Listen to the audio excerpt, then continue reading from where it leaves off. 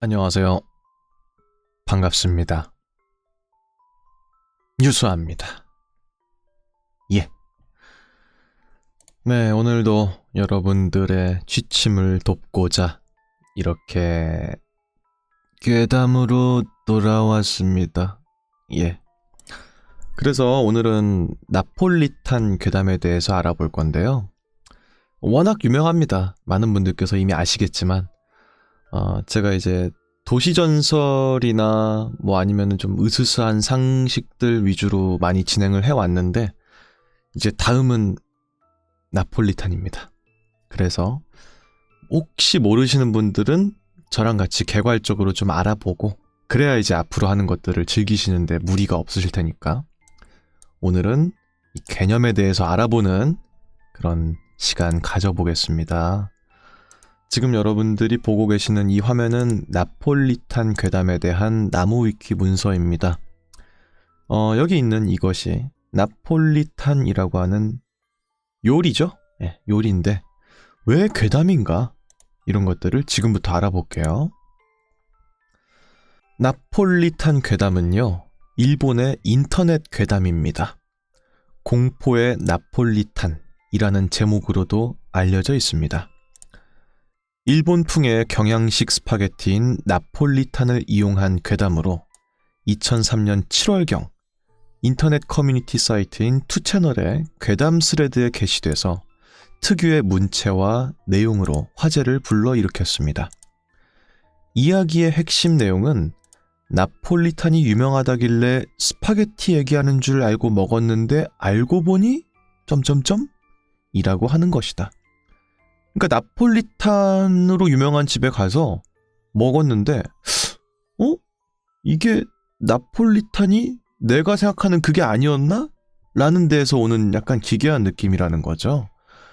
그 원류에 가까운 이 괴담을 한번 읽어보겠습니다. 어느 날 나는 숲에서 길을 잃어버렸다. 밤이 되어서 배도 고파졌다. 그러던 중에 한 가게를 찾아냈다. 여기는 어떤 레스토랑? 이상한 이름의 가게다. 나는 인기 메뉴인 나폴리탄을 주문한다. 몇 분 후 나폴리탄이 온다. 나는 먹는다. 어쩐지 이상하다. 짜다. 이상하게 짜다. 머리가 아프다. 나는 불평을 늘어놓았다. 그때 점장이 나와서 죄송합니다. 다시 만들겠습니다. 돈은 안 내셔도 됩니다. 몇 분 후 나폴리탄이 온다. 나는 먹는다. 이번에는 멀쩡한 것 같다. 나는 가게를 나온다. 잠시 후 나는 눈치채고야 말았다. 여기는 어떤 레스토랑? 인기 메뉴는 나폴리탄 이라고 하는 괴담입니다. 이게 끝이에요. 그렇기 때문에 표면적으로 봤을 때는 이게 괴담인가? 싶기도 하고 뭘 말하려는 거지? 라는 생각이 드는 그런 괴담입니다. 이거에 대한 해설이 이제 밑에 있습니다. 그러니까 주요 골자는 이래요. 나폴리탄류의 괴담들은 정보를 제한합니다. 많은 정보를 제한해. 그렇기 때문에 알 수가 없어. 부조리하다는 거죠. 그러니까 뭔가 앞과 뒤가 맞지 않고 이렇게 끝나는 게 말이 되나? 싶은 이상한 기괴한 느낌이 드니까 근데 뭔가 봤을 때 정상적인 글 같진 않고 거기서부터 기괴함이 오는 겁니다. 그러니까 이 나폴리탄 괴담의 중요한 부분은 정보의 제한성입니다. 그 밑엔 해설이 있습니다. 한번 같이 읽어볼게요. 첫 번째, 이육설. 이 괴담은 일본어 단어의 이중적인 의미와 발음을 활용한 것이다. 라는 것이죠. 마지막에 이제 여기는 어떤 레스토랑, 인기 메뉴는 나폴리탄 이라는 부분이 있는데 이거를 해석하면은 어떤 레스토랑이라는 게 일본어로 봤을 때 특정하지 않는 장소를 의미하기도 합니다. 그래서 발음을 같게 다른 한자로 바꿀 수가 있는데 바꾸게 되면은 도살을 의미하기도 한다라는 거죠. 그러니까 이제 일본어는 결국 한자 문화권의 나라인데 쓰는 거랑 읽는 방식이 다르거나 혹은 비슷한 음차를 이용해서 다른 뜻이 되기도 한단 말이에요. 그게 이제 잠깐 한자를 바꿔보면은 도살처럼 보이기도 한다는 거죠. 그래서 도살의 요소가 있는 레스토랑이라고 해석이 되기도 한다. 그렇기 때문에 이 레스토랑이 단순한 음식점이 아니라 인육을 사용하는 불길한 장소임을 암시하는 부분처럼 보이기도 한다는 것이고, 두 번째, 인기 메뉴는 나폴리탄에서 인기 메뉴는 발음이 일본어로 닌키입니다. 인기가요. 근데 이 인기를 다르게 읽을 수 있습니다. 그러면 인기척을 뜻하는 말이 되기도 합니다. 그래서 인기척 메뉴라는 것처럼 보이기도 한다는 거죠. 그러면은 사람의 흔적이 묻어있는 메뉴, 즉 인육이 포함되어 있는 메뉴로도 해석이 될 수 있습니다. 다음 세 번째, 인기 메뉴는 나폴리탄. 이렇게 끝나죠. 근데 그 나폴리탄이라는 게 결국은 나폴리를 이미지로 해서 만든 요리다. 그러니까 이제 재패니즈 푸드다 하면은 이제 일본식 요리다. 혹은 코리안 푸드다 하면은 한국식 요리다. 요런 식이잖아요. 근데 결국 뒤에 이렇게 붙는다는 것 자체가 그 땡땡식이기도 하지만 어떻게 보면은 사람을 뜻하기도 하잖아. He is a Korean 하면은 그 사람은 한국인이야 처럼 나폴리탄이라는 게 나폴리식이 아니라 사실은 나폴리 사람을 이용한 메뉴로도 해석이 될 수 있지 않겠느냐라는 거죠. 그렇기 때문에 이 세 가지 부분이 인육을 말하는 게 아니었을까? 라는 식의 괴담인 겁니다. 더욱이 이제 약간 그런 부분도 있는 것 같아요. 그러니까 인육을 먹으면은 지능이 떨어지거나 이런 부분들도 있다는 설이 있잖아. 되게 불쾌한 맛이 난다는 것도 있고. 근데 요소가 보면은 안쪽에 내용이 짜다, 이상하다, 머리가 아프다 이런 식의 내용들이 있으니까 정상적인 뭔가 고기를 이용한 요리가 아닌 것 같은 느낌이 들기도 하죠.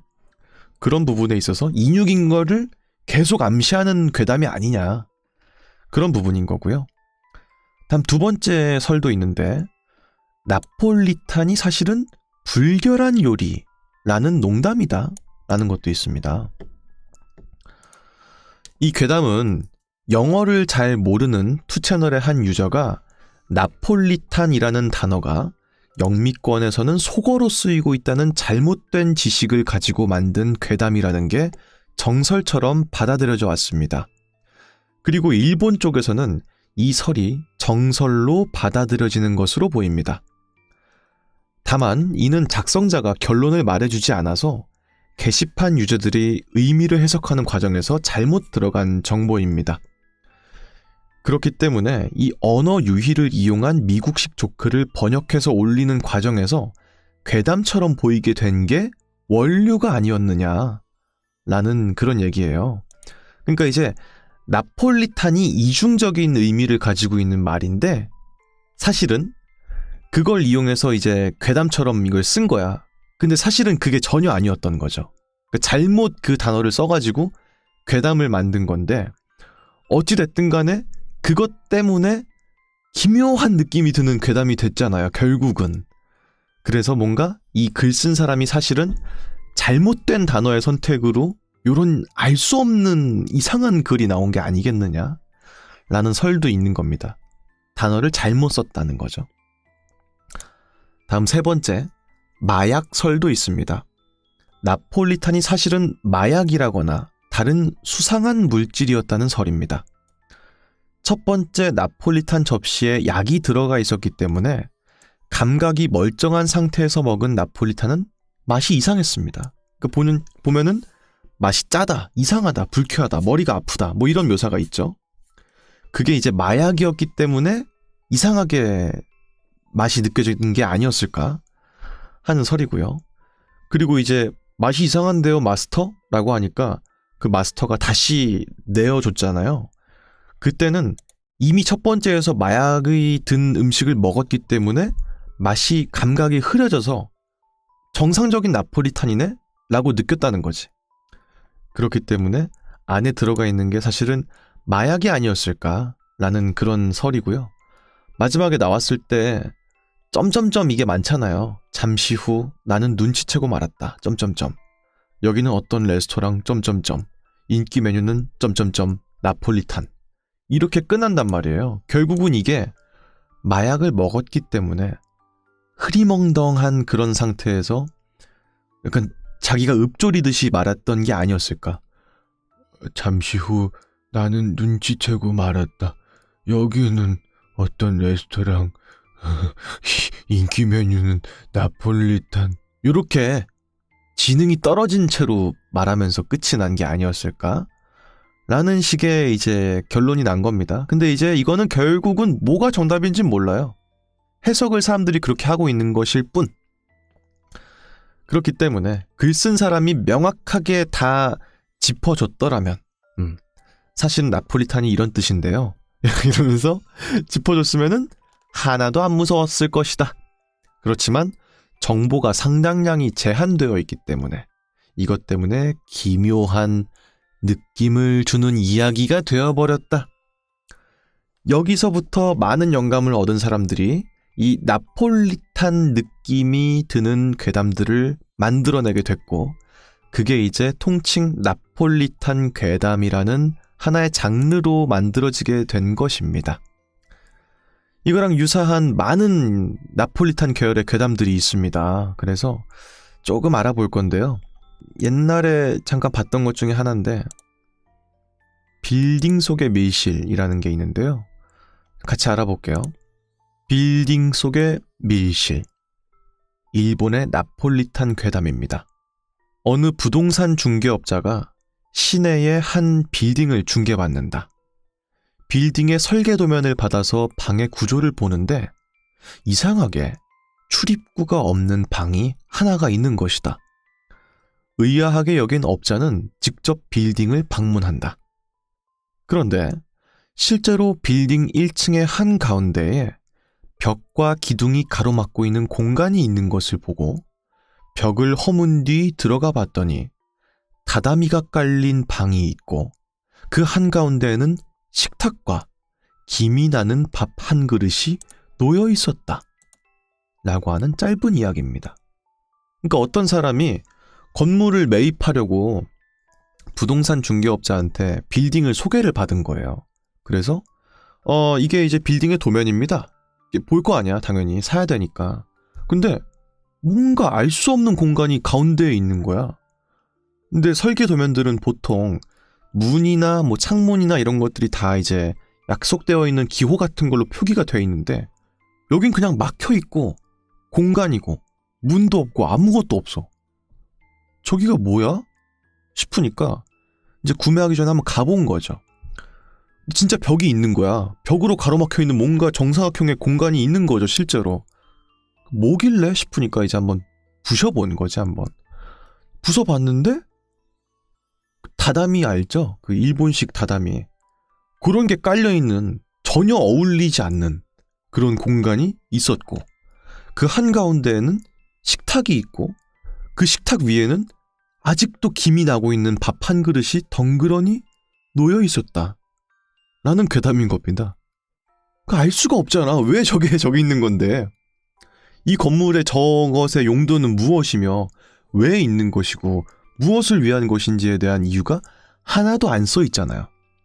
거기서부터 약간의 기괴함이 느껴지는 거죠. 그리고 유사한 이야기로 이제 이어도 설화가 있는데요. 이것도 전에 한번 알아봤어요. 근데 잠깐 또 같이 알아볼게요. 이게 또 진짜 웃기는 그건데 제주도 설화예요. 나도 몰랐어요. 근데 이제 어떤 내용이냐면요. 이어도라는 섬이 있는 겁니다. 섬. 근데 거기는 여자들만 살고 있는 섬이라는 거예요. 그 지상에서 보통 옛날에는 뱃사람이라고 하면은 남성분들이 위주로 하는 직업이었기 때문에 남자가 배를 타고 나갔는데 만약에 이어도에 도착을 하게 되면은 그 곳은 여자들만 있는 섬이니까 되게 잘 대해준다는 거야. 외부인이 오면은. 그래서 그 섬에 도착한 남자들은 집에 돌아가려고 하지 않는다.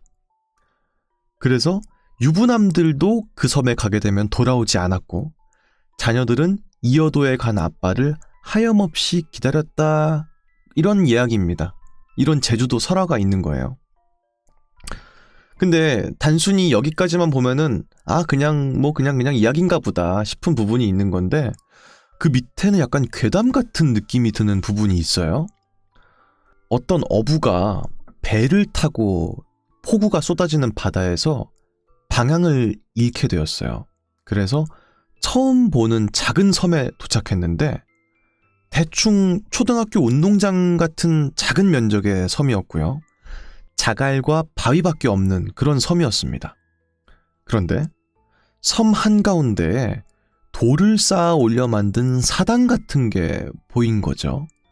그래서 들어가 보니까 한 칸짜리 사당 안에 밥이 있고 그 위에는 김이 모락모락 피어오르는 쌀밥 한 그릇이 놓여 있었다는 것입니다. 주위를 아무리 살펴봐도 사람의 흔적은 보이지 않고 사람이 숨을 만한 장소도 없는데 막 지어 올린 듯한 쌀밥이 놓여 있으니까 섬뜩해져서 그 어부가 비바람을 무릅쓰고 재빨리 섬을 떠났습니다. 요게 이제 하나의 또 설화인 겁니다. 미쳤죠? 야, 진짜 이게 어떻게 옛날부터 이런 식의 이야기가 있었다는 거예요. 그러니까 이제 알 수 없는 그런 섬이 있더라. 너무 무섭지 않아요? 생각해보면은 내가 어부인데 비바람이 막 몰아치니까 일단 살고 봐야겠으니까 일단 배를 정박시켜야겠다 싶으니까 아무데나 섬 같은 게 보이니까 그냥 간 거야. 다행히도 이제 도착을 했으니까 좀 여기서 이제 날씨가 좋아질 때까지 좀 버텨봐야겠다 싶어서 이제 내렸는데 아주 작은 무인도 같은 섬이었던 거죠. 사람도 없고 그냥 이제 돌 같은 것밖에 없는 그런 작은 섬이었는데 어두컴컴하지만 가운데 쪽에 뭔가 인공적인 구조물이 있는 것 같으니까 딱 가보게 된 거지. 근데 사당 같은 뭔가가 있고 그 안에 들어가 보니까 뭔가가 있어.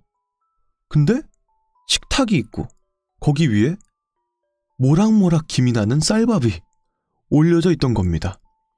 그러니까 이제 뒤도 안 돌아보고 빨리 그 섬을 탈출했다는 그런 이야기인 겁니다. 사실 이어도 설화 자체는 이해가 되는 부분이 있어요. 사실은 그 밑에 있는 내용은 조금 으스스하지만 앞에 있는 부분은 좀 이해가 되죠. 전에도 말씀드렸지만 이제 뱃사람들이 워낙 위험한 직업이니까 갔다가 목숨을 잃고 돌아오지 못하는 경우들이 워낙 많았을 것이고 그 당시에는 어머니만 혼자 남게 되고 자녀만 혼자 남아있는 상황이라면 자녀들이 궁금할 거 아니야. 엄마 왜 아빠 안 와? 이렇게 물어볼 거 아니에요. 그러면 이제 어머니가 할 말이 없잖아. 아버지가 돌아가셨다 이런 말 할 수가 없으니까. 그러니까 이런 얘기가 만들어졌을 것 같아요. 너네 아빠가 저기 앞에 이어도란 섬이 있는 거 알지? 거기 여자들만 살고 있는 섬인데 아빠가 거기 가가지고 안 돌아오시나 보다. 이런 식으로 아마 아이들을 좀 회유하는 그런 느낌으로 만든 개념일 확률이 높다고 봐요. 전 개인적으로. 그러니까 이제 죽었다고 믿고 싶지가 않은 거죠. 내 남편 그리고 이제 아이의 아빠가. 차라리 내 가정을 버리더라도 너무 좋은 곳이 있으니까 우리 가족은 그냥 있고 거기서 그냥 행복하게 알콩달콩 살고 있겠거니라고 생각하면은 죽었다고 믿는 것보단 그쪽이 나으니까 그런 식의 개념을 만든 게 아니었을까라는 생각을 일단은 합니다. 그렇기 때문에 이어도 설화라는 게 이해는 돼요. 왜 저런 개념이 만들어졌는지. 하지만 그 밑에 있는 아까 제가 말씀드렸던 그 빌딩 속의 밀실 같은 그런 개념은 상당히 이상하죠. 어디서 저런 말이 나온 걸까? 근데 보통 설화라는 게 일단 유사한 경험을 베이스로 만들어졌을 확률이 높단 말이에요. 그럼 누군가가 이거 비슷한 걸 겪긴 했다는 거잖아. 그러니까 거기서 이제 으스스한 게 오는 겁니다. 하여튼간에 그런 내용이에요. 어떻게 보면 그것도 이제 나폴리탄 괴담과 유사하다고 할 수가 있겠죠. 빌딩 속의 밀실도 이제 마찬가지인 겁니다. 이제 빌딩이라고 하면 현대식 건축물인데 그 안에 문 같은 것도 없는 자그마한 공간에 일본식 다다미가 뜬금없이 나오는 게 너무 이상하잖아. 그리고 그 안에는 밥이 있는데 밥이 있는 거는 뭐 알겠다 이거야. 근데 이제 김이 모락모락 나고 있는 쌀밥이 아무런 반찬도 없이 그냥 쌀밥만 덩그러니 있는 것도 이상하고, 게다가 내 외부로 들어갈 수 있는 그런 공간이 없는데도 불구하고 누가 밥을 놨을까 하는 데서 의구심이 들기도 하죠. 약간 재단 같은 느낌이었을까? 빌딩을 안전하게 뭔가 지킬 수 있도록 하는 그런 곳이었을까 하는 생각이 들기도 하니까 거기서부터 으스스함을 자아내는 그런 괴담인 겁니다. 다른 것들도 있는데 좀 알아볼까요? 바다거북스프라는 게 있네요. 나폴리탄 괴담 계열의 수수께끼입니다. 기묘한 내용 덕분에 곳곳에서 유행한 바가 있습니다. 우리나라에서는 괴담이나 도시전설의 형태로 잘 알려져 있지만 원래는 추리놀이입니다. 그래서 예시가 있는데요. 이런 내용이에요. 한 남자가 어느 바닷가 레스토랑에서 바다거북 수프를 주문했습니다. 그 남자는 바다거북 수프를 한 수저 먹고는 주방장을 불렀습니다. 죄송하지만 이거 진짜로 바다거북 수프가 맞습니까? 아, 네. 틀림없는 바다거북 수프 맞습니다. 남자는 계산을 마친 뒤 집에 돌아가서 자살했다. 왜 그랬을까? 라고 하는 괴담입니다. 그래서 그 밑에는 이 바다거북 수프의 하나의 정답처럼 보이는 예시가 있는데 요것도 말씀드릴게요. 사실은 이런 얘기였다는 거지. 남자는 배를 타고 있었는데 남자가 탄 배가 조난당했습니다. 몇 명의 다른 사람들과 함께 구명보트를 타서 죽음은 면했지만 작은 섬에 표류하는 처지가 되었습니다. 식재료가 떨어진 일행은 체력이 떨어지는 사람부터 죽어가기 시작했습니다. 결국 살아남은 사람들은 살기 위해서 시체의 살을 먹기 시작했지만 단 한 사람만은 이 행위를 강력하게 거부했습니다. 당연히 그 남자는 서서히 죽어가게 되었고요. 이 꼴을 가만히 둘 수 없었던 다른 사람 중 하나가 이거는 바다거북 수프야 라고 거짓말을 한 다음에 남자에게 수프를 먹여서 구조가 될 때까지 살아남을 수 있었습니다. 그 뒤 레스토랑에서 명백하게 맛이 전혀 다른 이 진짜 바다거북 수프를 직면하게 된 남자는 자신이 인육을 먹었다는 진실을 알게 된 뒤 죄책감에 목숨을 끊게 되었습니다. 라고 하는 게 앞에 있었던 그 문장에 대한 해답이다 라는 겁니다. 그러니까 진실을 받아들일 수 있는 그런 게 아니었으니까 더 이상 목숨을 스스로 끊었다는 거지. 바다거북 수프라고 하면서 먹었는데 사실은 살코기가 있는 그런 수프였을 것이고 분명히. 근데 무인도다 보니까 그런 걸 잡을 수 있는 환경이 전혀 아니었으니까 이거는 인육이 아니라면 도저히 설명이 안 된다라는 걸 뒤늦게 알게 되고 그 사람이 죄책감 때문에 스스로 목숨을 끊어버렸다 라는 식의 얘기인 겁니다. 근데 이런 류의 얘기들이 꽤 많다. 그리고 나폴리탄의 괴담처럼 보이기도 한다. 경우에 따라서는. 그러니까 질답을 주고받을 수 있는 형식이 아니기 때문에 라는 겁니다. 사실 뭐 알고 보면은 그다지 으스스한 일은 아니죠. 물론 소재가 좀 약간 쇼킹한 소재긴 하지만 아까 질문만 봤을 때처럼 으스스하진 않잖아요. 해답이 있으니까 확실히 덜 무섭죠. 그런 느낌인 겁니다. 다음 빨간 당구공의 비밀이라는 괴담도 있습니다. 나폴리탄 괴담 스타일의 유머입니다. 나폴리탄 계열에서는 보기 드문 유머입니다. 어떤 내용인지 지금부터 알아보죠. 어느 한 마을에 남자아이가 살고 있었습니다. 그 아이는 공부도 잘하고 부모님 말씀도 잘 듣는 착실한 모범생이었습니다. 그런데 어느 날부턴가 성적이 차츰차츰 나빠지더니 마침내 꼴찌까지 떨어지게 되었습니다. 아이의 아버지는 안 되겠다 싶어서 아이를 불러놓고 말했습니다. 너 왜 자꾸 성적이 떨어지냐? 빨간 당구공 3개만 구해다 주세요. 응? 그건 어디다 쓰려고? 그건 말씀드릴 수 없고 하여튼 꼭 좀 구해다 주세요. 그럼 성적을 반드시 올릴게요. 아버지는 아들의 말에 빨간 당구공 3개를 구해다 주었습니다. 그러자 정말로 그때부터 아들의 성적이 오르더니 다시 1등이 되었습니다. 그런데 아들이 중학교에 입학하고 얼마 지나지 않아 또다시 성적이 떨어지더니 꼴찌가 되었습니다. 아들은 다시 아버지에게 말했습니다. 빨간 당구공 3개만 다시 구해다 주세요. 아버지는 왜 또 그러냐고 물었지만 아이는 대답하지 않았습니다. 아버지는 너무 궁금했지만 꼭 참았습니다. 그리곤 다시 당구공 3개를 구해다 주었고 다시 아들의 성적은 쑥쑥 올랐습니다. 시간이 흘러서 아들은 고등학교를 다니게 되었습니다. 그리고 이번에도 성적이 떨어지더니 꼴찌가 되었고 이번에도 빨간 당구공 3개를 구해달라고 말했습니다.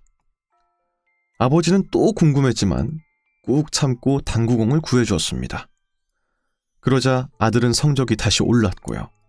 우수한 성적으로 유명한 대학교에 진학하게 되었습니다. 그러던 어느 날 아버지는 아들이 교통사고를 당해서 위급하다는 전화를 받았습니다. 아버지는 병원으로 달려왔고 의사들은 마지막이 될 수 있으니 곁을 지켜주라고 했습니다. 아들은 점점 의식을 잃어가고 있었습니다. 그런데 아버지는 아들이 죽을 것을 슬퍼하던 도중 문득 이대로 아들이 죽으면 빨간 당구공의 비밀은 영영 알지 못할 것이란 생각이 들었습니다. 그래서 결국 아들에게 죽기 직전에 그 빨간 당구공의 비밀을 이야기해달라고 했습니다. 그러자 아들은 빨간 당구공의 비밀에 대해 말해주고 숨을 거두었습니다. 아버지는 아들이 말해준 비밀이 너무 우스웠습니다. 아들의 장례식에서도 자꾸 생각날 때마다 웃겨서 구석으로 가서 혼자 웃었습니다. 장례식이 끝난 뒤 아버지는 택시를 타고 집으로 가게 되었습니다. 그런데 택시에서도 자꾸 그 비밀이 생각나고 그때마다 너무 웃겨서 피식거렸습니다. 택시기사는 아버지가 웃는 이유가 궁금해서 왜 그러냐고 물었습니다. 아버지는 말해줄 수 없다고 했습니다. 그러고 쭉 가던 도중 다시 생각해보니까 또 너무 웃겨서 또다시 웃었습니다. 이에 택시기사도 점점 궁금해져서 뭐 때문에 그러는지 제발 좀 가르쳐달라고 했습니다. 이에 아버지는 자기 혼자 알고 있기엔 너무 웃기고 또 별로 잘 아는 사람도 아니니까 말해줘도 괜찮겠다 싶어서 아들이 얘기한 빨간 당구공 3개의 비밀에 대해서 얘기해 주었습니다. 그러자 택시기사 역시 듣고 나서 생각해보니까 너무 웃긴 것이었습니다. 택시기사도 기절할 듯이 웃었습니다. 그런데 너무 웃다가 실수로 핸들을 꺾어버려서 차가 다리 아래로 떨어졌습니다. 그래서 빨간 당구공의 비밀은 아무도 모릅니다. 라고 하는 얘기입니다. 그러니까 이제 보시면 아시겠지만 원래 같은 괴담이라면 이 사람들이 웃음을 참을 수가 없고 또 아들이 성적을 그렇게 극단적으로 올릴 수 있는 빨간 당구공이 사실은 이거였습니다. 라고 하면서 끝나야 되는데 마지막까지 빨간 당구공이 뭔지, 왜 그거가 있으면은 그렇게 성적이 막 오를 수 있었는지, 아니면은 그 얘기를 들은 아버지가 왜 웃음을 참을 수가 없었는지, 그런 게 하나도 안 나오는 거야. 이게 끝인 거예요. 거기서부터 묘한 느낌을 주는 괴담인 것이다. 이것이 바로 나폴리탄 괴담인 것이다. 라는 거고요. 그 밑에는 이제 규칙 괴담이라는 게 있는데요. 이건 이제 나폴리탄 괴담의 일종입니다. 이것도 이제 알아볼 건데, 뭐, 무슨 러브 호텔인가? 그거에 대한 그 행동 강령? 그게 제일 유명하죠. 너무 유명하니까 그걸 좀 패스하고, 다른 것들을 좀 읽어볼 건데요. 규칙 괴담은 그냥 말 그대로 규칙이에요. 이런 룰들이 있는데, 이거는 꼭 지켜주셔야 합니다. 라는 식인 거죠. 근데, 그냥 규칙이 아니라, 읽다 보니까 뭔가, 왜? 이런 생각이 드는 거야. 왜 그 규칙을 지켜야 되는데? 라는 의문이 들잖아. 근데 그거에 대해서 이런 반구도 설명을 안 해줘. 거기서부터 오는 기괴함이 있죠. 자, 여러분들께서 지금 보고 계시는 이 규칙 괴담은요. DC 인사이드 나폴리탄 괴담 갤러리의 명작선 중에 하나입니다. 여러분들도 지금 가시면 원문도 보실 수 있고 이거랑 유사한 다른 괴담들도 보실 수가 있습니다. 제가 앞으로는 이런 류의 괴담들을 좀 많이 소개를 해드릴 것 같아요. 어떤 괴담이냐? 경고. 소망대교는 폐쇄되었습니다. 다른 길로 가십시오. 라고 하는 제목의 괴담입니다. 자, 이런 으스스한 뭔가 소망대교처럼 보이는 그런 사진이 있죠. 경고. 500m 앞에 위치한 소망대교는 잇따른 사망사고와 실종으로 2007년 6월 11일부로 폐쇄되었습니다. 매우 위험하므로 들어가지 마십시오. 해서동에 용무가 있는 분께서는 아래의 약도를 참조하시어 해서대교를 이용하여 주시길 바랍니다. 라고 하는 경고문인 거예요. 마치 이제 500m를 앞둔 위치에서 읽을 수 있는 경고문인 것 같죠? 이 경고문을 무시하고 좀 더 앞으로 진행을 하게 되면 다른 경고문을 또 볼 수가 있습니다. 경고. 이 교량은 매우 위험하므로 통행하지 마십시오. 400m 앞에 위치한 소망대교는 폐쇄되었습니다. 경고. 이 교량은 매우 위험하므로 통행하지 마십시오. 300m 앞에 위치한 소망대교는 폐쇄되었습니다. 점점 앞으로 가고 있죠? 경고. 이 교량은 매우 위험하므로 통행하지 마십시오. 100m 앞에 위치한 소망대교는 폐쇄되었습니다. 그리고 그 밑에는 소망대교를 정말 목전에 앞두고 있을 때 읽을 수 있는 경고문입니다. 경고. 이 교량은 매우 위험합니다. 절대 진입하지 마십시오. 안전하게 되돌아갈 수 있는 마지막 기회입니다. 아래의 약도를 참조하시어 해서대교를 이용하여 주시길 간곡히 부탁드립니다. 타이어가 조금이라도 소망대교에 진입할 수 있으니 천천히 후진하시어 공간을 확보하신 후 돌아가십시오. 만일 이유 없이 이곳을 통행하고자 하는 욕망이 지속적으로 든다면 부산광역시립 초자연 재난관리본부로 연락하여 도움을 받으십시오. 이 경고를 무시하고 진행할 경우 사망, 실종, 신체 훼손, 정신 이상, 사지절단 등 참혹한 피해를 입게 됩니다.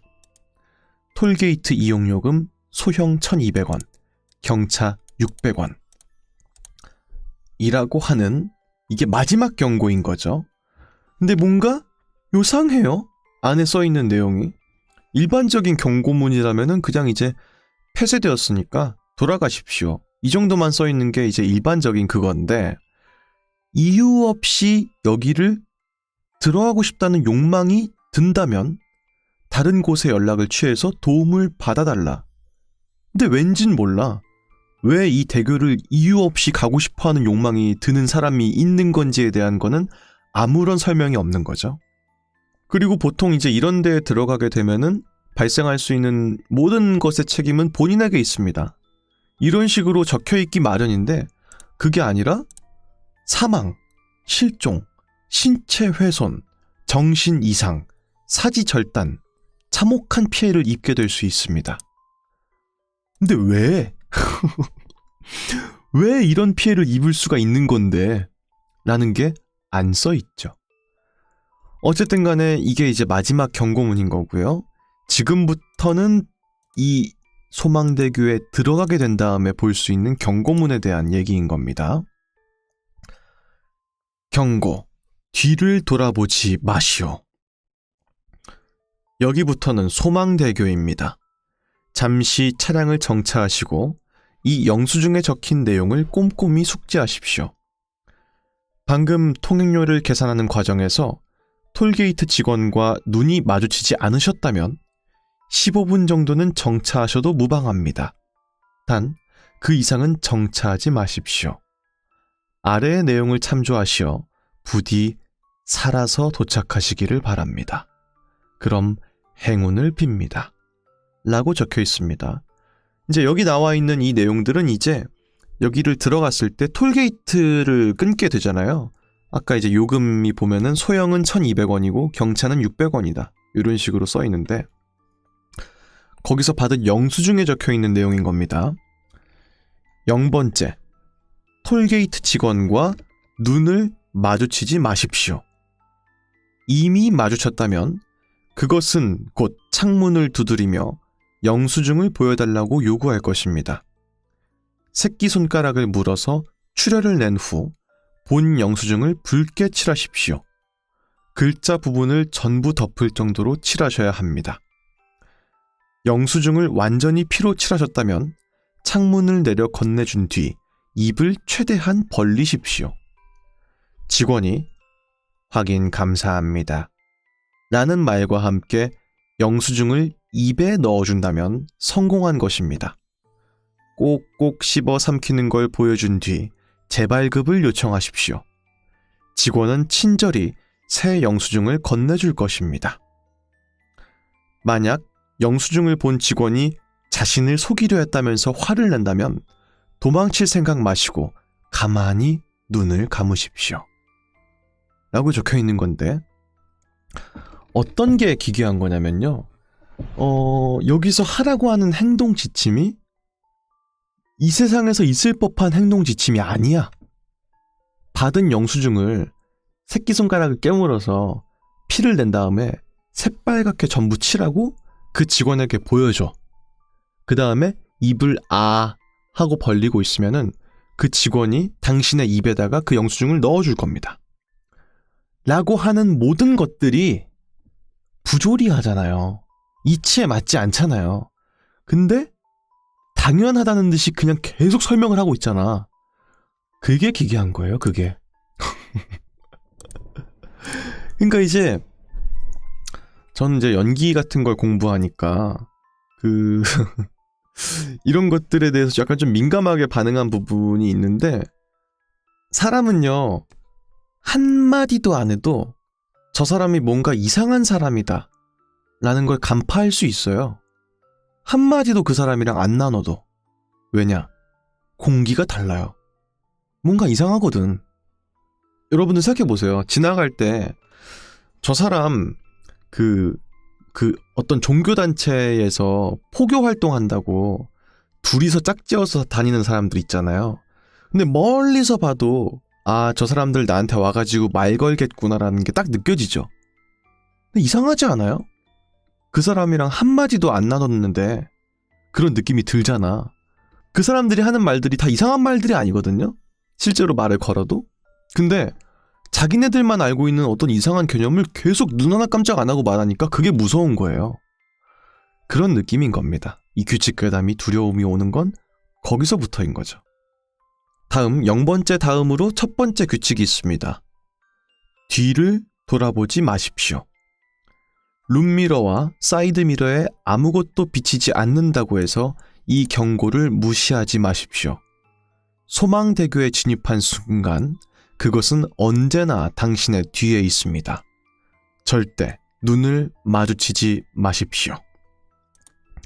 그러니까 운전을 해서 들어가는 거니까 결국은 뒤를 돌아볼 수밖에 없는 일들이 많을 거 아니에요. 그럼에도 불구하고 룸미러와 사이드미러를 통해서 뒷좌석을 보게 됐을 때 아무것도 없는 것처럼 보인다고 해서 뒤를 돌아보지 말라는 거지. 뒤에는 무조건 그것이 당신을 보고 있을 것이니까 라는 데서 오는 무서움이 있는 겁니다. 다음 두 번째 규칙도 있습니다. 소망대교는 일자로 곧게 뻗은 1963m의 교량입니다. 갈림길은 존재할 수가 없습니다. 그러나 진행하다 보면 분명히 갈림길을 만나게 될 것입니다. 이때 두 길 중 하나는 함정입니다. 그 길의 끝은 존재하지 않습니다. 되돌아가는 길도 무한할 것입니다. 그러니까 이제 교량이니까 다리가 갈림길이 생길 수가 없잖아. 그러니까 한 곳에 잘못 들어갈 수가 있는데 거긴 가짜 길이라는 거죠. 근데 그 길을 가게 되면은 2km 남짓밖에 안 되는 그런 다리인데도 불구하고 끝이 없이 계속 가게 되는 거야. 가다 보니까 뭔가 이상한 느낌이 들잖아. 왜 안 끝나지 다리가? 라는 생각이 들어서 차를 돌려가지고 유턴을 해서 돌아가도 끝나지 않는다. 무한한 다리가 계속될 것이다. 그러니까 길을 잘 가야 된다. 라는 거죠. 잘못된 길을 들어가는 걸 방지하기 위해서 사전에 내비게이션을 켜두시는 것이 좋습니다. 아래는 내비게이션 이용 방법입니다. 2-1 내비게이션 목적지를 해서 어린이 대공원으로 입력하십시오. 해당 사업지는 파산한 지 오래되었지만 소망대교에 진입했다면 목적지가 검색될 것입니다. 화면이 노이즈로 뒤덮이고 안내 음성만 들린다면 정상입니다. 갈림길을 만났을 때 내비게이션 음성이 안내하는 반대 방향으로 가시면 됩니다. 화면이 노이즈로 가려지지 않고 평범한 지도로 표시가 된다면 즉시 화면을 깨트리십시오. 휴대폰 내비게이션 어플을 사용하고 계신다면 창밖으로 휴대폰을 멀리 던지십시오. 화면에서 손가락이 튀어나오기 시작했다면 이미 늦었습니다. 재빨리 스스로 목숨을 끊으십시오. 그것에게 붙들리기 전에 신속히 스스로 목숨을 끊어야 합니다. 단 난간을 들이받아 바다로 뛰는 것은 끔찍한 생각입니다. 바닷속에 있는 그것들은 당신이 죽도록 내버려두지 않을 것입니다. 그러니까 이제 내비게이션을 켜놓고 갈림길을 만나게 되면 그때부터는 내비게이션이 말하는 반대 방향으로 가야만 정상적인 길이 나온다 라는 겁니다. 그리고 이제 보통 내비게이션을 보면서 가야 되는데 소리만 들으면서 가야 된다는 거예요. 왜인지는 몰라요. 하지만 정상적인 화면이 송출되고 있는 내비게이션이라면 곧 그 내비게이션을 뚫고 뭔가가 나오게 될 것이고 그게 나오는 순간 당신은 막을 수 없다. 이미. 그때는 스스로 목숨을 끊는 게 가장 당신이 안전해지는 방법이다. 라는 건데 아주 기괴하죠. 왜냐면은 사실은 인간으로서 가장 두려운 일은 뭐예요? 목숨을 잃는 거죠. 목숨을 잃는 게 가장 무서운 일이야. 사람의 모든 가장 큰 욕구는 일단 생존에 대한 욕구잖아요. 근데 여기서 말하는 거는 스스로 목숨을 끊는 게 당신이 가장 덜 고통스러운 방법입니다. 라고 말하는 거가 두려운 거죠. 우리 인간이 여기고 있는 가장 두려운 것을 그냥 해. 그게 너가 제일 나은 방법이야. 라고 말하는 데에서 으스스한 부분이 충분히 있다. 다음 세 번째. 후진하지 마십시오. 아무리 운전을 잘 하더라도 당신의 차는 난간 아래로 떨어지게 될 것입니다. 너는 분명 정상적으로 도로에서 후진하고 있다고 생각하겠지만 난간 아래로 떨어지게 될 것이다. 그러니까 시각적인 정보도 믿을 수가 없는 게 된다는 거죠. 이 대교에 지나가게 되면. 다음 네 번째 규칙도 있습니다. 1차선을 이용하지 마십시오. 7-2번 항목의 경우를 제외하면 어떠한 경우에서도 1차선을 이용해선 안 됩니다. 라고 해서 이제 이런 부분들이 나오는 게 아주 특징 중에 하나인데 그 규칙이 다른 규칙을 이제 위배하는 거죠. 역으로 가는 거야. 아까도 이제 잠깐 비슷한 부분이 있었는데 자꾸자꾸 기억해야 될 만한 요소들을 더 넣는 거예요. 규칙 괴담들은. 내비게이션이 가는 대로 이제 가되 갈림길이 발생하면 반대로 가달라. 혹은 1차선을 절대 이용하면 안 되는데 다른 상황이 있을 수 있어요. 그 상황에서는 1차선을 이용해야 된다. 라는 식으로 우리가 기억을 하지 못하면 한 번에 또 사망에 이르게 될 수도 있는 그런 두려움이 발생하는 거잖아. 여기서부터 기괴함이 오는 이유는 뭐냐면은 결국 마음의 짐을 계속 지우는 거예요. 그 사람한테. 근데 우리는 해야 될 것들이 늘어나면 늘어날수록 불안하단 말이야. 그 나폴리탄 괴담들은 이런 식으로 긴장감을 고조시키는 겁니다. 자꾸자꾸 내가 기억해야 될 만한 것들 혹은 규칙이 규칙을 반대하거나 규칙이 그 자체로 규칙을 위배하거나 그런 규칙들이 나오는 것들을 보면서 우리는 기괴함을 느끼는 거죠. 자, 왜 1차선을 진입하지 말아야 되는지 그거에 대한 것도 밑에 적혀 있으니까 또 읽어볼게요. 만약에 실수로라도 1차선에 진입했다면 즉시 차량을 세우고 죽은 척을 하십시오. 약 30초 뒤 창문이 모두 깨지면서 스산한 기운이 들이닥칠 것입니다. 눈을 감고 숨을 참으십시오. 그것이 당신을 더듬고 호흡을 확인하는 게 느껴질 것입니다. 절대 꼼짝도 하지 말고 숨을 참으십시오. 움직이는 것보다 호흡이 더욱 위험합니다. 그것이 나갔구나 라는 직감이 든다면 괄호 열고 반드시 느껴질 것입니다. 괄호 닫고 즉시 가속 페달을 밟아서 신속히 2차선으로 차선을 변경하십시오. 그것은 매우 위험하지만 1차선에서 나올 수 없습니다. 라는 겁니다. 그래서 실수로라도 내가 만약에 1차선으로 들어가게 되면은 그 즉시 차를 멈추고 죽은 척을 해라. 라는 건데 이제 이런 것들도 괴담으로서의 한층 더 으스스한 부분들을 자극하죠. 죽은 척을 하라. 라는 지시사항은 우리가 살면서 보고 듣고 할 일이 아예 없어.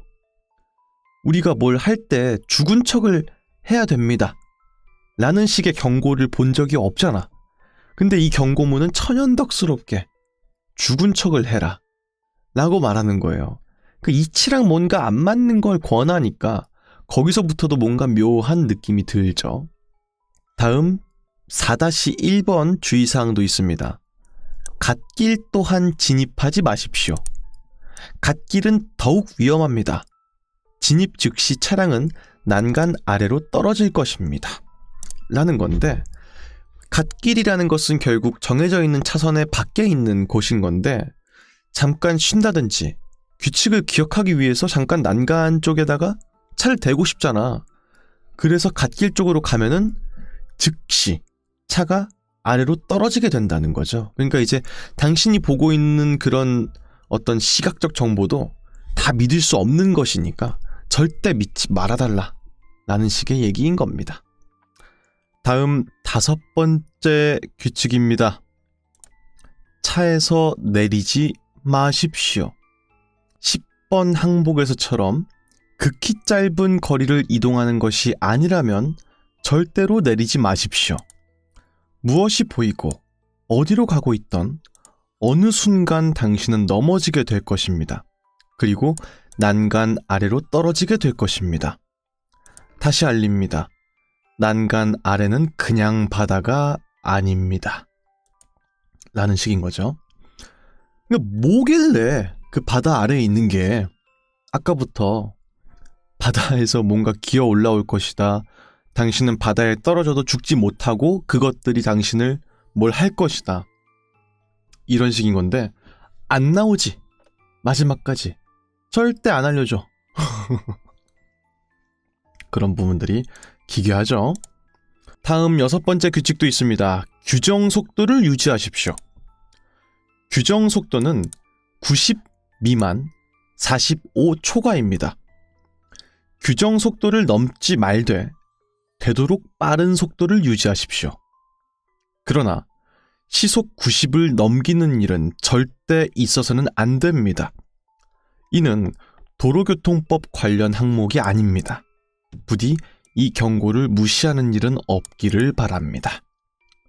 라고 하는 건데, 이제 최소의 속도를 유지하고 최대한 넘지 말라. 뭐 이런 식의 그런 게 고속도로의 룰인 건데, 여기서 말하는 건 그게 아니다. 그것 때문에 그렇게 하는 게 아니야. 근데 최대한 이 속도는 유지를 해줘야 되고 90을 넘기면 안 되는데 웬만하면 빠른 속도를 유지하라. 88, 89, 90 요 정도로 왔다 갔다 해야 된다는 거죠. 근데 이제 이유가 안 써 있어. 왠지 거기서부터 오는 기괴함이 있는 겁니다. 왜 빨리 달려야 되는 건데. 그리고 결국은 이 규칙들이 다 내가 지켜야 되는 거니까 가면 갈수록 내가 해야 될 것들이 계속 늘어나는 거야. 앞으로 해야 될 것들이. 그러니까 더더더더 마음이 무거워질 수밖에 없는 거지. 거기서부터 이제 불쾌감과 무게감 같은 걸 계속 지워주니까 이런 규칙 괴담들이 상당히 싸늘한 느낌이 들기도 하는 거고요. 다음 7번 항목이 있습니다. 600m 구간쯤에 다른 차량이 보일 것입니다. 그것들은 사람의 것이 아니고요. 매우 위험할 수도 있습니다. 아래는 차량 종류에 따른 대처법입니다. 그러니까 다리를 건너고 있을 때 한 600m 정도 가게 되면은 그때는 저기 멀리서부터 다른 차가 한 대가 가고 있는 게 보일 건데 사람의 것이 아니다. 그 무언가가 운전하고 있는 그런 것이다. 이런 겁니다. 근데 이제 이게 또 차의 종류에 따라서 대처법이 달라. 그러니까 어떤 대처법인지 지금부터 알아볼게요.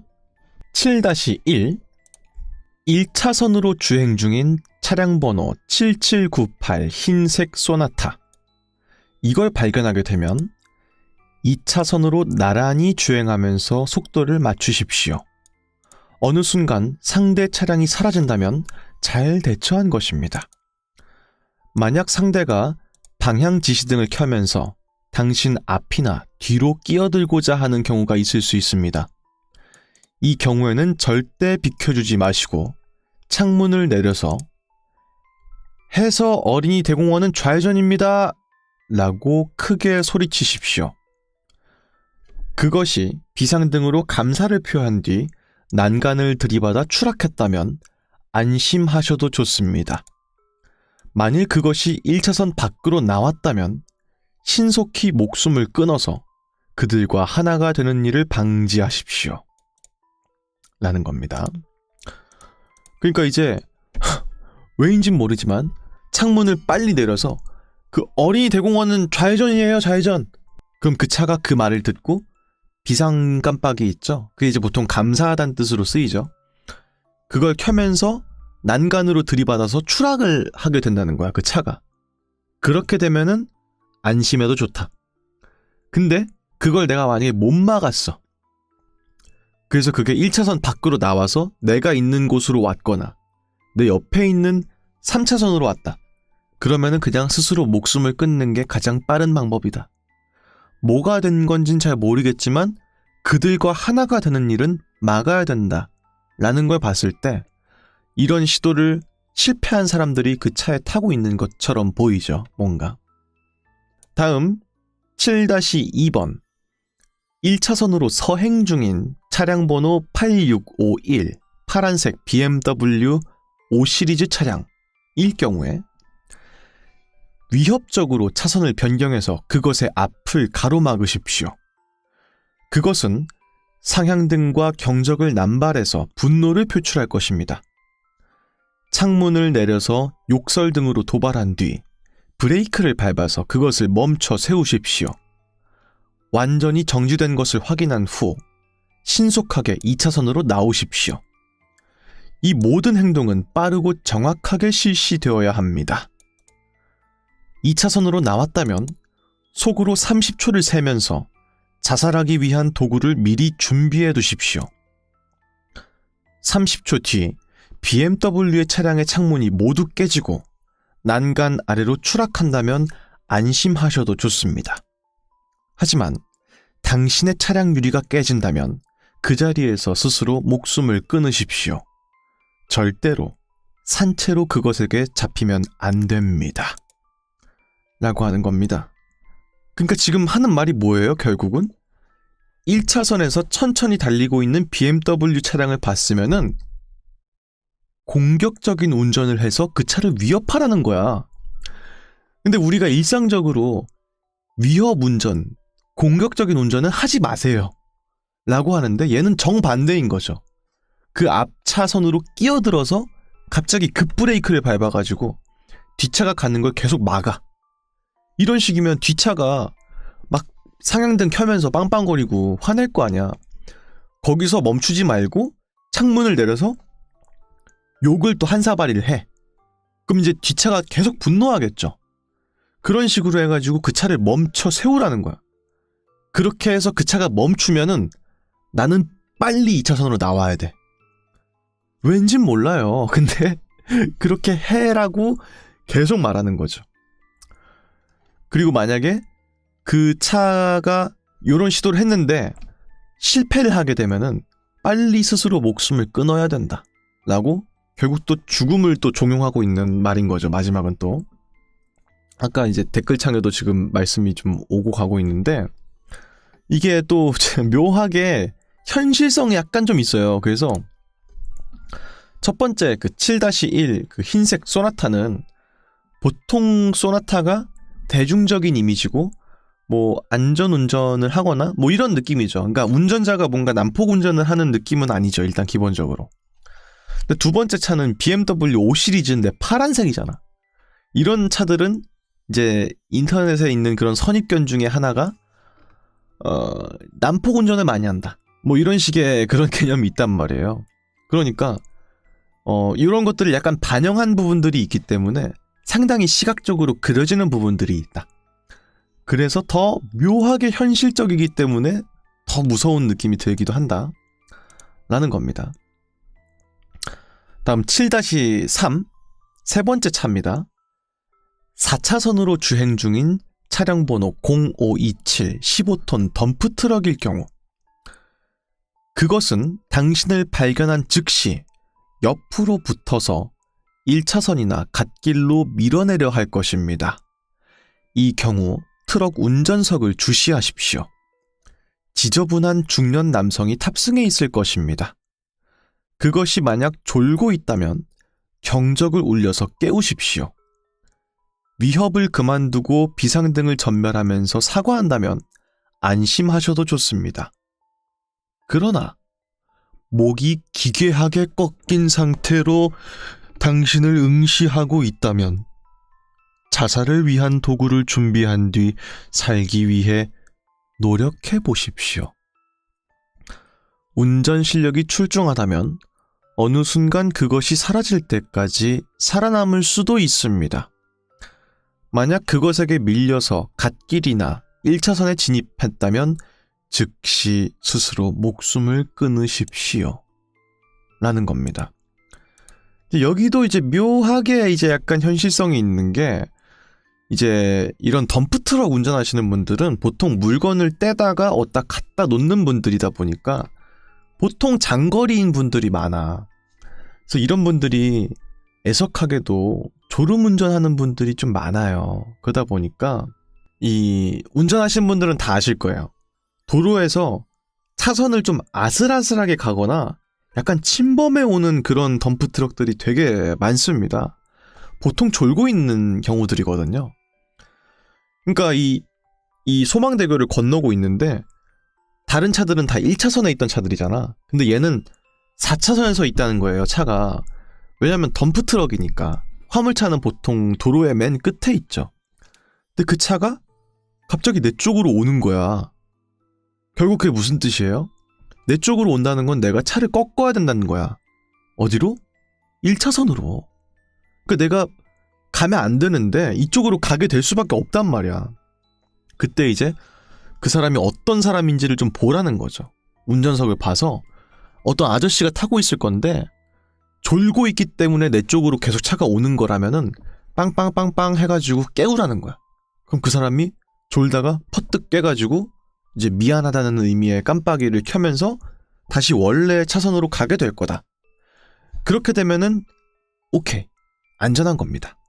근데 그 다가오는 차의 운전석에 아저씨가 목이 기괴하게 꺾여 있다면, 그래서 나를 죽이기 위해서 오는 거라면, 그때는 본인이 알아서 잘 살아남으셔야 된다.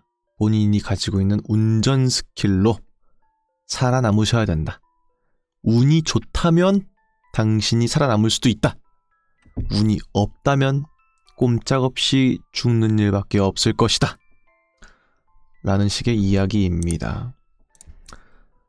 다음 8번째 규칙도 있습니다. 1km 구간에 이르면 시간에 상관없이 한밤처럼 어둠이 깔리고 가로등이 모두 깨질 것입니다.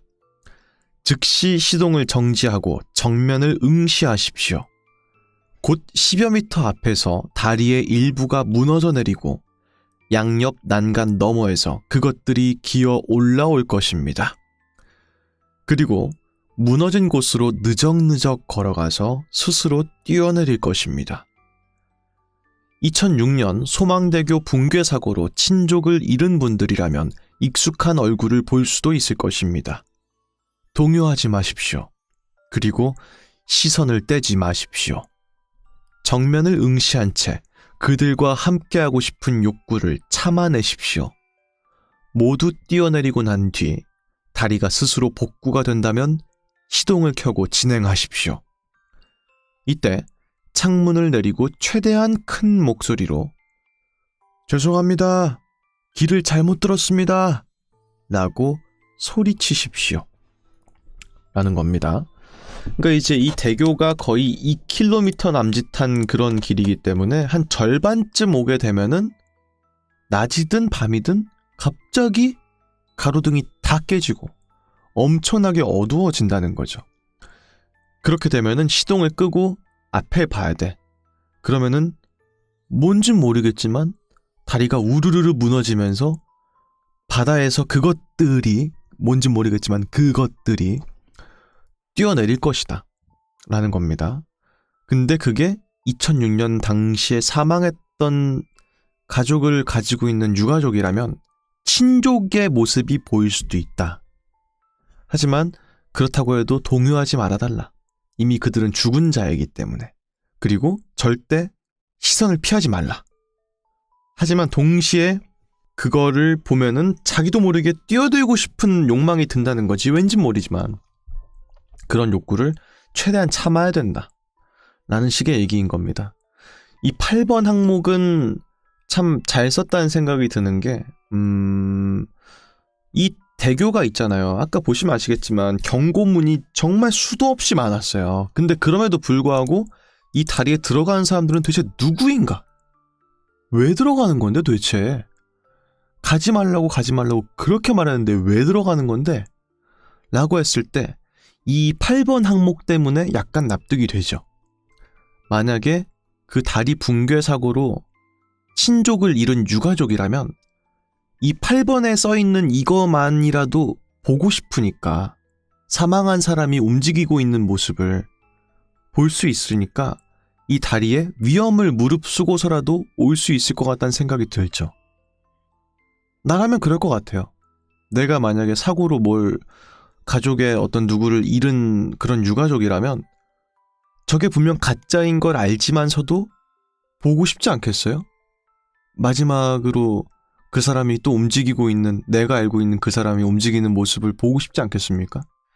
그러니까 앞에 있었던 그런 경고들도 다 무시하고 들어갈 수도 있다는 거죠. 그런 항목이었기 때문에 저는 개인적으로 이 항목을 굉장히 고평가합니다. 다음 9번째 규칙도 있습니다. 1.5km 구간에서 7살 정도로 보이는 남자아이가 도로변에 서서 난간 밑을 쳐다보고 있을 것입니다. 이때 반드시 차를 세우고 준아, 여기서 뭐하니? 라고 물어보십시오. 그것이 울먹이면서 엄마랑 아빠가 빠졌어요 라고 말한다면 무시하고 지나가십시오. 만약에 그것이 놀이동산에 가고 싶어요 라고 말한다면 일단 뒷좌석에 탑승시킨 뒤 내비게이션 음량을 0으로 설정하십시오. 그리고 더 이상 갈림길이 나오지 않도록 기도하십시오. 만약 2번의 항목 설명대로 내비의 안내와 반대로 진행한다면 그것은 틀린 길로 향하는 것을 알아챌 것입니다. 그렇게 되면 살 방법은 없습니다. 차라리 안내를 포기해서 살 수 있는 가능성을 절반이라도 확보하십시오. 여기도 이제 묘하죠. 이제 다리를 건너가다 보면은 어떤 남자아이가 왠지 모르겠는데 난간 밑을 계속 보고 있을 거라는 거야. 계속 그냥. 그때 이제 무시하지 말고 꼭 차를 멈춰서 지훈아 여기서 뭐하니? 라고 물어봐야 된다는 거예요. 근데 그게 만약에 울면서 뭐 지훈이겠죠 아무래도 엄마 아빠가 빠졌어요 라고 말하면 우리는 원래 도와줘야 돼. 평범한 상황이라면. 근데 여기서는 무시하고 가라는 거야. 그러니까 이제 이런 부분들이 조리가 안 맞죠. 부조리하죠 뭔가. 일상적으로 우리가 해야 되는 행동이랑 정반대의 걸 하라고 하잖아 지금. 아이가 도움을 요청하고 있을 때 무시하고 그냥 가라 라고 하는 부분들이 으스스한 느낌을 자아내는 부분들이 있고, 다음으로 놀이동산에 가고 싶어요 라고 말한다면 일단 태워야 돼 걔를. 근데 문제가 뭐냐면은 도로에 서서 난간 밑을 보고 있는 애를 보게 되면은 일단 차를 세우고 물어봐야 돼. 근데 만약에 차를 안 세우고 그냥 가면 어떤 일이 벌어질까? 얘가 아마 뭐가 됐든 간에 제 생명을 위협할 수 있는 뭔가를 하지 않겠습니까? 결국 그게 무슨 뜻이냐? 이 아이가 되게 위험한 존재라는 거야. 근데도 불구하고 얘를 차에 태워야 돼. 그의 심기를 건드리지 않게끔 내가 최대한 아닌 척을 하면서 행동을 해야 되니까 극강의 불안한 요소를 내 차에 태워야 된다 라는 데서 오는 으스스함이 분명히 있는 거고요. 다음으로는 이 친구는 내가 길을 정확히 가고 있는지 안 가고 있는지를 단번에 눈치를 챌 수가 있어. 그러다 보니까 앞으로 또 가다가 갈림길이 나오게 되면은 아까 우린 알고 있었지만 내비게이션에서 말하는 데서 반대 방향으로 우리가 가야 된단 말이야. 근데 얘 뒤에 앉아있는 애는 그게 가짜인지 진짜인지를 알아버려. 그러니까 왜 놀이동산으로 안 가요 아저씨? 이렇게 되면 내가 또 해를 입을 수가 있으니까 내비게이션 그냥 음량을 그냥 끄라는 거야 그냥. 그리고 그냥 이제 그때부터는 운에 맡겨라 이런 식인 거죠. 그러니까 아주 기괴한 내용인 거죠. 그러니까 다음 10번째입니다. 소망대교의 출구는요 쇠사슬과 콘크리트의 구조물로 막혀 있습니다. 그 쇠사슬이 소망대교와 지상의 경계입니다. 쇠사슬과 10걸음 내에 차량을 세우고 온 힘을 다해 달려서 쇠사슬을 넘으십시오. 뒷자리에 당신이 지훈이라고 불렀던 것이 타고 있다면 더욱 빨리 달려야 합니다. 양 다리가 무사히 쇠사슬을 넘어갔다면 당신은 살아남았습니다. 그러나 뒤를 돌아보지는 마십시오. 죽지는 않겠지만 그곳의 실체를 보게 될 것입니다. 그리고 당신은 아마도 버티지 못할 것입니다. 그곳과 충분히 멀어진 뒤 대기 중인 요원의 도움을 받으십시오. 위험 관리에 따른 책임은 부산시에 있으므로 소정의 보상금이 지급됩니다. 위 행동 수칙을 참고하시어 부디 생존하시기를 바랍니다. 탈출에 성공하신다면 해당 영수증은 불태워서 없애주십시오. 행운을 빕니다. 라는 게 이 괴담의 마지막 경고문이었습니다. 그러니까 이제 보통 출구 쪽에 가게 되면은 차가 다리를 넘어가면서 그냥 끝나게 되는 건데 이 다리는 마지막 부분이 쇠사슬과 콘크리트 구조물로 막혀있기 때문에 최대한 빨리 차에서 내려서 빨리 건너가야 돼. 근데 만약에 내 차 뒤에 그 지훈이라는 애가 타고 있는 상태면은 더 빨리 가야 된다는 거죠. 왠진 모르겠지만 지훈이가 따라오겠죠. 어쨌든 거기서부터 오는 약간 기괴한 부분이 분명히 있고, 그렇게 해서 안전하게 넘어가게 되면은 그렇다고 해도 뒤를 보지는 말라. 죽진 않을 거지만 당신은 그 당신이 건너온 다리의 실체를 보게 될 것이고, 그걸 보게 된다면 아마 버티지 못하고 무너질 것이다. 뭐길래? 라는 생각이 들죠. 제가 봤을 때는 2006년 당시의 사고 때문에 이제 2007년에 이제 폐쇄가 되게 된 건데, 뭐 여러 가지 이유가 있었겠지만은 아마도 다리가 정상적인 상태는 아니겠죠. 그리고 뭔가 사고로 인해서 유가족이 생겼다는 그런 말들도 위에 적혀 있었으니까 아마 정상적인 깔끔한 대교의 느낌이 전혀 아니고, 사람이 사망한 흔적이나 사고 차량들이 여기저기 널브러져 있거나 아주 심각하다면은 뭐 시체 같은 것들이 널브러져 있는 그런 모습일 거고 분명해요. 그렇다면은 내가 온전히 이 다리를 건너올 수 없는 다리였구나라는 걸 뒤늦게 알게 됐을 때 내가 도대체 어떻게 건너온 거지? 라는 식의 어떤 진실을 마주하게 되면은 견딜 수가 없을 것이다. 아마 지옥도 같은 그런 풍경처럼 보이는 다리일 것 같죠. 그렇기 때문에 뒤돌아봐도 안 죽지만 그냥 웬만하면 보지 말라, 뭐 이런 식인 겁니다. 하여튼간에 여기까지 해서 총 10가지의 이런 식의 경고문으로 이루어져 있는 소망대교였습니다. 아로네님께서 실존하는 다리였어요? 하셨는데 아니에요. 가상의 대교입니다. 하지만 제가 이제 이게 왜 으스스함을 자아내는가 라는 거를 본문에 써있는 내용을 토대로 해가지고 최대한 해석을 해본 거예요. 이제 그런 이유 때문에 그런 게 아니었을까 하는 식인 거고요. 사실은 이런 류의 그런 것들 중에서는 사람을 무섭게 하기 위해서 적혀있는 좀 약간 어거지에 가까운 항목들도 꽤 많은데, 이 괴담은 상당히 한국식으로 잘 쓰여있고 묘하게 현실성을 반쯤 걸치고 있기 때문에 더더욱이 무서움을 자아내는 그런 규칙 괴담이 아니었는가 하는 생각이 듭니다. 그래서 오늘은 나폴리탄 괴담에 대해서 일단 알아봤고요. 그 나폴리탄 괴담의 가지치기로 되어 있는 규칙 괴담도 한번 알아봤습니다. 오늘은 아주 개론에 가까운 시간이었기 때문에 다음 시간에 또 나폴리탄 괴담과 그리고 규칙 괴담에 대해서 더 알아보는 시간을 가져보도록 하겠습니다. 예. 오늘 방송은 여기까지입니다. 시청해주신 여러분들 감사하고요. 다음 영상에서 또 뵙도록 하겠습니다.